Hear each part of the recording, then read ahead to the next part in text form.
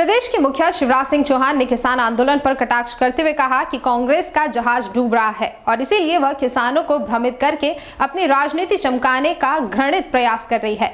उक्त बात मध्य प्रदेश मुख्यमंत्री शिवराज सिंह चौहान ने हैदराबाद स्थित भारतीय जनता पार्टी के प्रदेश कार्यालय में आयोजित प्रेस वार्ता में पत्रकारों से कही। तत्कालीन प्रधानमंत्री मनमोहन की भी इसमें सहमति थी। कांग्रेस ने 2019 में लोकसभा चुनाव से पहले अपने घोषणा पत्र में एपीएमसी एक्ट में संशोधन का वादा किया।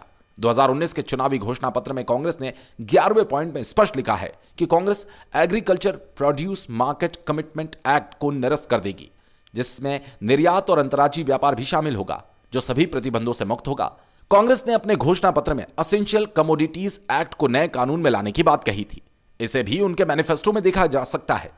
मुख्यमंत्री शिवराज सिंह चौहान ने 27 दिसंबर 2013 का जिक्र करते हुए कहा कि कांग्रेस के पूर्व अध्यक्ष राहुल गांधी ने, जिनको यह पता नहीं होता है कि प्याज जमीन के नीचे उगती है या ऊपर, उन्होंने यह कहा था कि फलों और सब्जियों को एपीएमसी एक्ट से बाहर करने का ऐलान किया ताकि किसान अपनी पैदावार जहां चाहे बेच सके।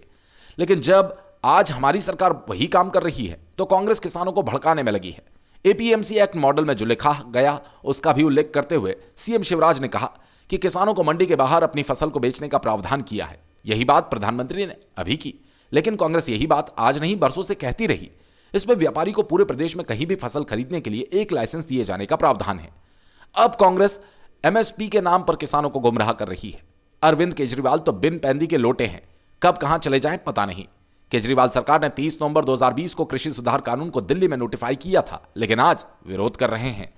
मोदी सरकार के 3 वर्ष पूरे होने पर योगेंद्र यादव के स्वराज अभियान ने सरकार पर एपीएमसी में सुधार से हाथ खींचने का आरोप लगाया था, लेकिन जब ये संशोधन हुए तो वे विरोध कर रहे थे।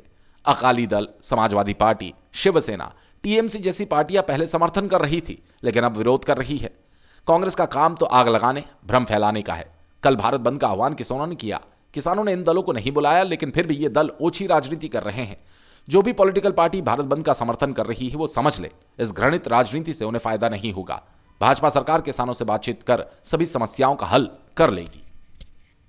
कांग्रेस का तो काम ही रहा है आग लगाओ, हिंसा फैलाओ, अशांति पैदा करो।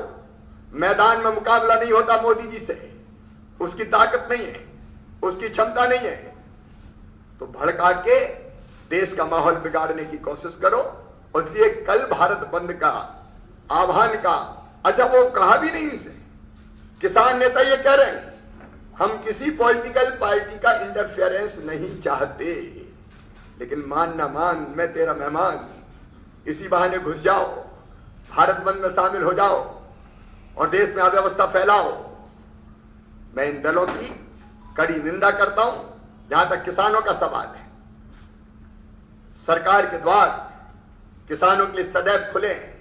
हमारे कृषि मंत्री और बाकी मंत्री लगातार चर्चा कर रहे हैं और चर्चा करके समाधान निकालने का प्रयास कर रहे हैं। मैं फिर कहता हूं जोर देकर, ये तीनों किसान कानून किसानों के हित के लिए बनाए गए हैं।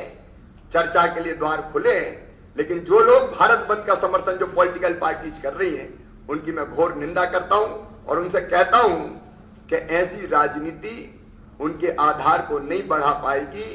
और तेलंगाना में भी यहां के मुख्यमंत्री समझ लें, जनाधार छोड़ता हुआ देख के, भारतीय जनता पार्टी को आगे बढ़ता हुआ देख के अब उनके पसीने छूट रहे हैं।